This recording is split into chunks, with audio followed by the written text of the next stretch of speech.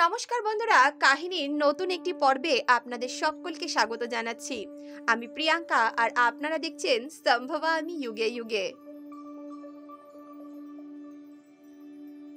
এক স্বামী স্ত্রীর কোর্টে ডিভোর্সের কেস চলছিল। যখন সমস্ত প্রক্রিয়া সম্পন্ন হয়ে গেল তখন জজ সাহেব স্ত্রীকে বলতে লাগলেন, দেখো তুমি নিজের ইচ্ছে মতো ডিভোর্স নিয়েছো, তাই তুমি কিন্তু তার কাছ থেকে কোনোরূপ কোনো মেনটেনেন্স চার্জ নিতে পারবে না। তুমি যদি ভাবো যে তুমি ওই ছেলেটির সম্পত্তির দখল নেবে অথবা তার কাছ থেকে কোনো মেনটেনেন্স চার্জ নেবে, সেটা কিন্তু হওয়ার নয়, কারণ ডিভোর্স তুমি চেয়েছো। এক্ষেত্রে তোমার স্বামী যদি তোমাকে ডিভোর্স দিত তাহলে তুমি অবশ্যই তার কাছ থেকে মেনটেনেন্স চার্জ দাবি করতে পারতে, কিন্তু এই বিষয়টা সম্পূর্ণ অন্যরকম। হ্যাঁ, তুমি নিজের বাড়ির থেকে যৌতুকে যে সমস্ত জিনিস নিয়ে এসেছিলে সেগুলো তুমি নিজের সঙ্গে নিয়েই যেতে পারো। তখনই সেই স্ত্রী বলতে লাগলো, ঠিক আছে জজ সাহেব, আমি আমার বাপের বাড়ির থেকে যেই সমস্ত জিনিস নিয়ে এসেছিলাম সেগুলোই শুধু আমি নিয়ে যাব, এছাড়াও আমার ওর কাছ থেকে আর কিছুই চাই না। সে মহিলা বলতে লাগলো, ঠিক আছে জজ সাহেব, কালকে আমি ওই বাড়ির থেকে নিজের সমস্ত জিনিস নিয়ে আসব। তখনই জজ সাহেব তাদেরকে বলতে লাগলেন, আচ্ছা ঠিক আছে, তোমরা নিজেদের মধ্যে এই বিষয়টা বুঝে নাও, তারপরে আমি কালকে তোমাদের ডিভোর্সের শেষ রায় দেব এবং কালকেই তোমাদের ডিভোর্স পুরোপুরি সম্পন্ন হয়ে যাবে। এমনটা বলেই জজ সাহেব সেখান থেকে চলে গেলেন। এদিকে স্বামী যখন নিজের বাড়িতে পৌঁছলো, সে নিজের স্ত্রীর ছবিটা বুকের সঙ্গে জড়িয়ে ধরে চিৎকার করে করে কাঁদতে লাগলো। তখনই সেই ছেলেটির মা সেখানে পৌঁছে তার ছেলেকে বলতে লাগলো, আচ্ছা বাবা, তুই যখন বৌমাকে এত ভালোবাসিস তাহলে কেন তুই ওকে ডিভোর্স দিচ্ছিস? তখনই ছেলেটি বলল, মা আমি ওকে ডিভোর্স দিচ্ছি না, ও আমাকে ডিভোর্স দিচ্ছে, ও আমার সঙ্গে থাকতে চায় না। ছেলেটি তার মাকে বলতে লাগলো, মা আমি চাই না ওকে ডিভোর্স দিতে, আমি তো ওর সঙ্গে সুখে সংসার করতে চাই। তখনই হট করে ছেলেটির ফোন বেজে উঠল। তার স্ত্রী তাকে ফোন করেছিল। সে বলতে লাগলো, কাল সকাল সকাল আমি বাড়িতে যাব এবং সেখানে গিয়ে নিজের সমস্ত কিছু সেখান থেকে নিয়ে আসব। দেখো, আমি সেখানে গিয়ে বেশিক্ষণ বসতে পারবো না, আমার যা যা জিনিসপত্র আছে সব এক জায়গায় জড়ো করে রেখো, আমি ঘরে ঢুকে সেগুলো নিয়েই বেরিয়ে আসব। ছেলেটি বলতে লাগলো, আচ্ছা ঠিক আছে, আমি তোমার সমস্ত জিনিস রেডি করে রাখবো, তুমি এসে নিয়ে চলে যেও। এমনটা বলেই ছেলেটি ফোন রেখে দিল। এদিকে মেয়েটি পরদিন সকাল সকাল একটি ট্রাক বুক করলো এবং নিজের বিয়েতে পাওয়া সমস্ত যৌতুকের জিনিস নেওয়ার জন্য নিজের ভাইকে নিয়ে নিজের শ্বশুর বাড়িতে এসে পৌঁছলো। মেয়েটি নিজের শ্বশুর বাড়িতে প্রবেশ করে নিজের যৌতুকের সমস্ত জিনিস ওই ট্রাকের ভিতর লোড করতে লাগলো। কিন্তু হঠাৎ সেখানে এমন একটি ঘটনা ঘটলো যার ফলে মেয়েটি চিৎকার করে করে কাঁদতে শুরু করলো। সে সেখানে দাঁড়িয়ে দাঁড়িয়ে চিৎকার করে কাঁদছিল আর বলছিল, আমি আমার স্বামীর সঙ্গে ডিভোর্স করব না, আমি আমার স্বামীর সঙ্গে সুখে শান্তিতে সংসার করব, আমি সারা জীবন আমার স্বামীর সঙ্গে থাকতে চাই, তার সঙ্গে সংসার করতে চাই। বন্ধুরা, ভাবার বিষয় এটা যে কিছুক্ষণ আগে যেই মেয়েটা নিজের স্বামীর সঙ্গে ডিভোর্স নেওয়ার জন্য ছটফট করছিল, হঠাৎ করে এমন কি হয়ে গেল যে সেই মেয়েটা এখন নিজের স্বামীর সঙ্গে থাকতে চাইছে। যে মেয়েটা নিজের স্বামীর সঙ্গে এক মুহূর্ত পর্যন্ত থাকতে চাইছিল না, সে বলছে সে সারাটা জীবন নিজের স্বামীর সঙ্গে থাকবে, তাকে ছাড়া সে কোথাও যাবে না। এমন কি ঘটনা ঘটেছিল সেদিন, চলুন আজকের এই কাহিনীর মাধ্যমে জেনে নেওয়া যাক। যেই মেয়েটির ডিভোর্স হতে চলেছিল সেই মেয়েটির নাম ছিল স্বস্তিকা, আর তার সঙ্গে যে ছেলেটির বিয়ে হয়েছিল তার নাম ছিল দীপাঞ্জন। দীপাঞ্জন একটি সরল সাদা ছেলে ছিল। সে শিক্ষিত ছিল এবং একটি ভালো কোম্পানিতে সে চাকরি করত। দীপাঞ্জন নিজের বাবা মার কথা মেনে চলত। বাবা মার পছন্দের মেয়েকেই সে বিয়ে করেছিল। স্বস্তিকা যখন প্রথম বিয়ে করে দীপাঞ্জনের বাড়িতে এসেছিল তখন তাদের বাড়ি যেন খুশিতে ভরে উঠেছিল। সকলেই স্বস্তিকাকে খুব ভালোবাসত, খুব আদর যত্ন করত। স্বস্তিকাও খুব ভালো মনের একটি মেয়ে ছিল। সেও দীপাঞ্জনের সঙ্গে সুখে শান্তিতেই সংসার করছিল। স্বস্তিকার শাশুড়ি মা তাকে খুব ভালোবাসত। সে নিজের মেয়ের মতো তাকে যত্ন আত্তি করত। আসলে দীপাঞ্জন ছাড়া তাদের আর কোনো ছেলে মেয়ে ছিল না। তাই স্বস্তিকা বাড়িতে বিয়ে হয়ে আসাতে সব সময় স্বস্তিকার শাশুড়িমা তাকে একটাই কথা বলতো যে তুই আমার বাড়ির মেয়ে, আমাকে তো ভগবান কোনো মেয়ে দেয়নি, এখন তুই আমার মেয়ে, আমি তোকেই নিজের মেয়ের মতো করেই ভালোবাসবো, যত্ন করব। এদিকে দীপাঞ্জনও স্বস্তিকাকে ভীষণ ভালোবাসতো, সব সময় স্বস্তিকার সমস্ত দরকার পূরণ করার চেষ্টা করত। স্বস্তিকার শ্বশুরমশাইও তাকে অনেক ভালোবাসতো, অনেক স্নেহ করত। দীপাঞ্জন বাড়ির কাজে স্বস্তিকাকে অনেক সহযোগিতা করত। তবে দীপাঞ্জন যখন অফিসে চলে যেত তখন স্বস্তিকা ঘরের সমস্ত কাজকর্ম সারার পর নিজের ফোন নিয়ে বসে পড়তো এবং সোশ্যাল মিডিয়ায় কিছুটা সময় কাটাতো। সেদিনের অধিকাংশ সময় ফেসবুক, ইনস্টাগ্রামে নিজের সময় কাটাতো, সেখানে বিভিন্ন বন্ধুবান্ধব বানাতো।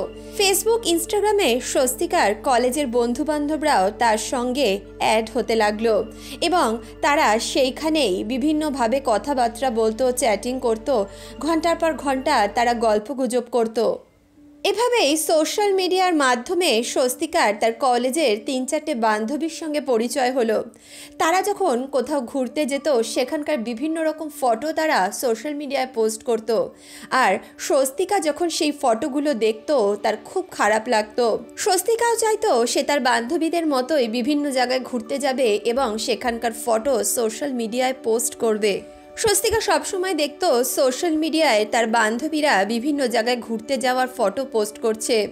সে দেখতো তাদের স্বামীরা তাদেরকে খুব ভালো ভালো জায়গায় ঘুরতে নিয়ে যাচ্ছে। তারা যেখানেই যেত, যা করতো সবই সোশ্যাল মিডিয়ায় আপলোড করে দিত এবং স্বস্তিকা যখনই সেই সমস্ত জিনিস দেখতো তার মনে মনে খুব খারাপ লাগতো। সে ভাবতো এরা কি সুন্দর ঘুরতে যায়, কি সুন্দর ভালো মতো নিজেদের জীবন কাটায়, কিন্তু আমি কোথাও যেতে পারি না, শুধু ঘর সংসারেই নিজেকে ব্যস্ত রেখে দিয়েছি। সে এই ব্যাপারে দীপাঞ্জনের সঙ্গেও অনেক সময় অনেক কথা বলতো। মাঝে মধ্যে তার এই বিষয় নিয়ে দীপাঞ্জনের সঙ্গে ঝগড়াঝাটিও হয়ে যেত। কিন্তু দীপাঞ্জন যেই কোম্পানিতে কাজ করতো সেই কোম্পানিতে সে খুব একটা বেশি মাইনে পেত না। সে যা মাইনে পেত তাতে তাদের সংসারটা ভালোভাবেই চলে যেত, কিন্তু তারপর তাদের আর বাইরে কোথাও খরচা করার মতো খুব একটা টাকা পয়সা বেঁচে থাকতো না।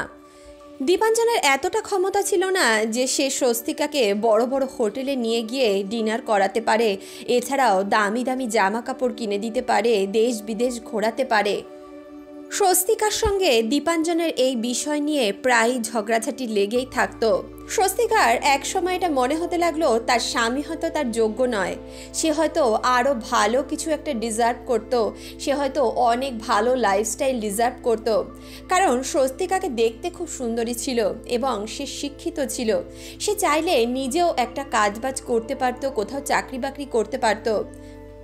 স্বস্তিকার অনুভব হতে লাগলো সে যদি দীপাঞ্জনের থেকে ডিভোর্স নিয়ে নেয় তাহলে সে নিজের লাইফটা খুব ভালো মতো কাটাতে পারবে, সে যেখানে ইচ্ছা সেখানে ঘুরতে যেতে পারবে এবং সুন্দরভাবে নিজের জীবনযাপন করতে পারবে। সে যখন নিজের বান্ধবীর সঙ্গে নিজের লাইফটা কম্পেয়ার করত তখন তার নিজেকে খুব ছোট বলে মনে হতো। স্বস্তিকার মনে হতো তার স্বামী তাকে ভালোবাসে না, কারণ দীপাঞ্জনকে সে যখনই ঘুরতে যাওয়ার কথা বলতো দীপাঞ্জন তাকে ছোটোখাটো জায়গায় ঘুরতে নিয়ে যেত। দীপাঞ্জনের যতটুকু ক্ষমতা ছিল সে তার মধ্যেই নিজের স্ত্রীকে খুশি রাখার চেষ্টা করত, কিন্তু স্বস্তিকার চাহিদা অনেক বেশি ছিল। সে এরকম সাধারণ জীবন যাপন করতে অভ্যস্ত ছিল না, অর্থাৎ তার এর থেকেও ভালো লাইফস্টাইল পছন্দ ছিল। সোশ্যাল মিডিয়ায় এই সমস্ত কিছু দেখে দেখে তার মাথাটা খারাপ হয়ে গেছিল। দীপাঞ্জন যখন স্বস্তিকাকে কোথাও ঘোরাতে নিয়ে যেত তখন স্বস্তিকা সবসময় তাকে বলতো আমার বান্ধবীর স্বামী তাকে দুবাইতে ঘুরতে নিয়ে গেছে, আবার কখনো বলতো আমার বান্ধবীর স্বামী তাকে গোয়া ঘুরতে নিয়ে গেছে, সিমলা ঘুরতে নিয়ে গেছে, কিন্তু তুমি আমাকে এই সমস্ত ছোটোখাটো জায়গায় ঘুরতে নিয়ে আসো। তবে দীপাঞ্জন স্বস্তিকার কথায় কখনো খারাপ মনে করতো না। সে সব সময় নিজের স্ত্রীকে বোঝানোর চেষ্টা করত। সে বলতো দেখো স্বস্তিকা, সোশ্যাল মিডিয়ায় যেমনটা আমরা দেখি বাস্তব কিন্তু তার থেকে অনেক আলাদা। সোশ্যাল মিডিয়ায় মানুষ যতটা শো করে, যা দেখায়, তার ভেতরটা কিন্তু তার থেকে একেবারে আলাদা থাকে।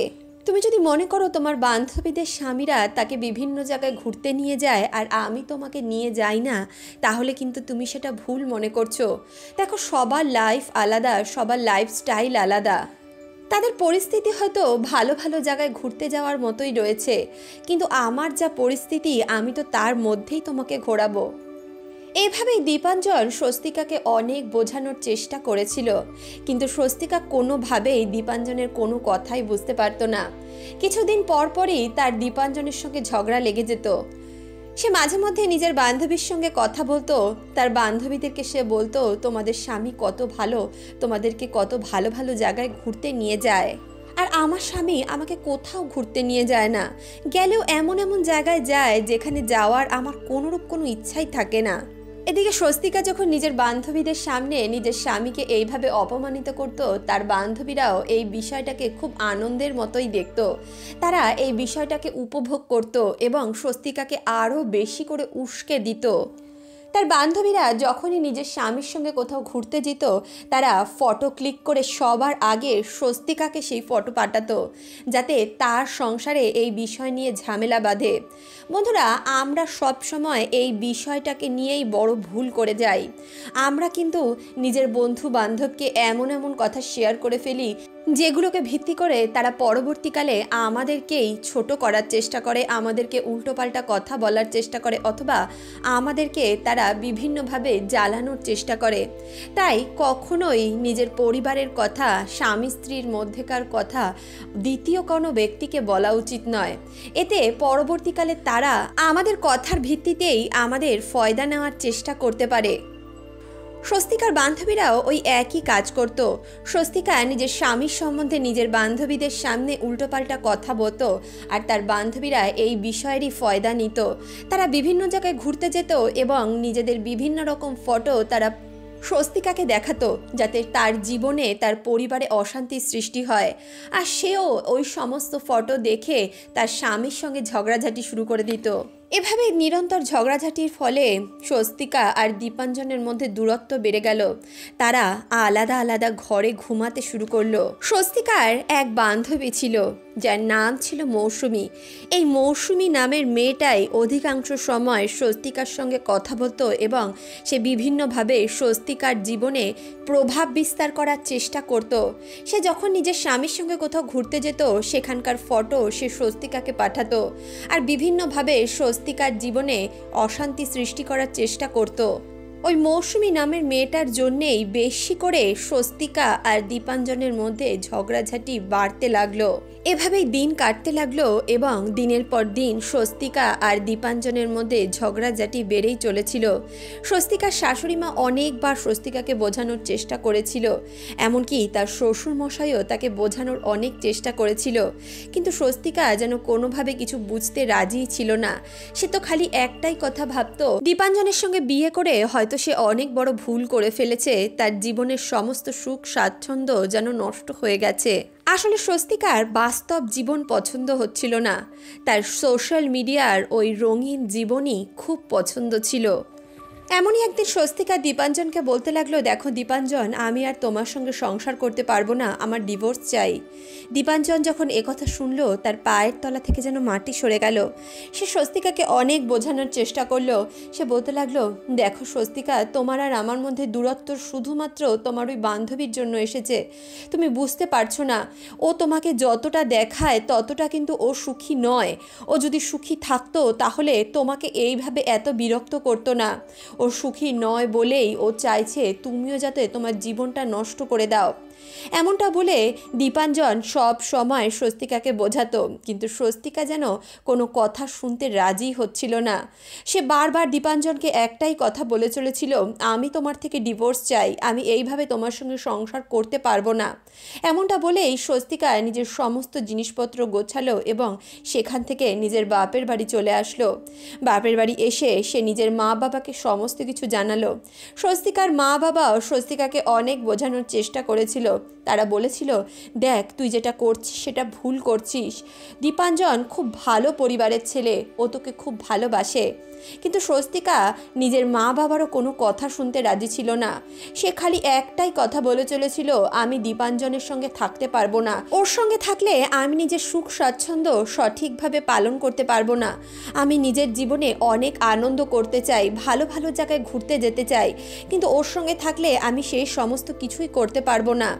এমনটা বলে স্বস্তিকা নিজের বাবা মাকেও বোঝানোর চেষ্টা করলো, কিন্তু স্বস্তিকার বাবা মা একবারের জন্য স্বস্তিকার সঙ্গ দেয়নি।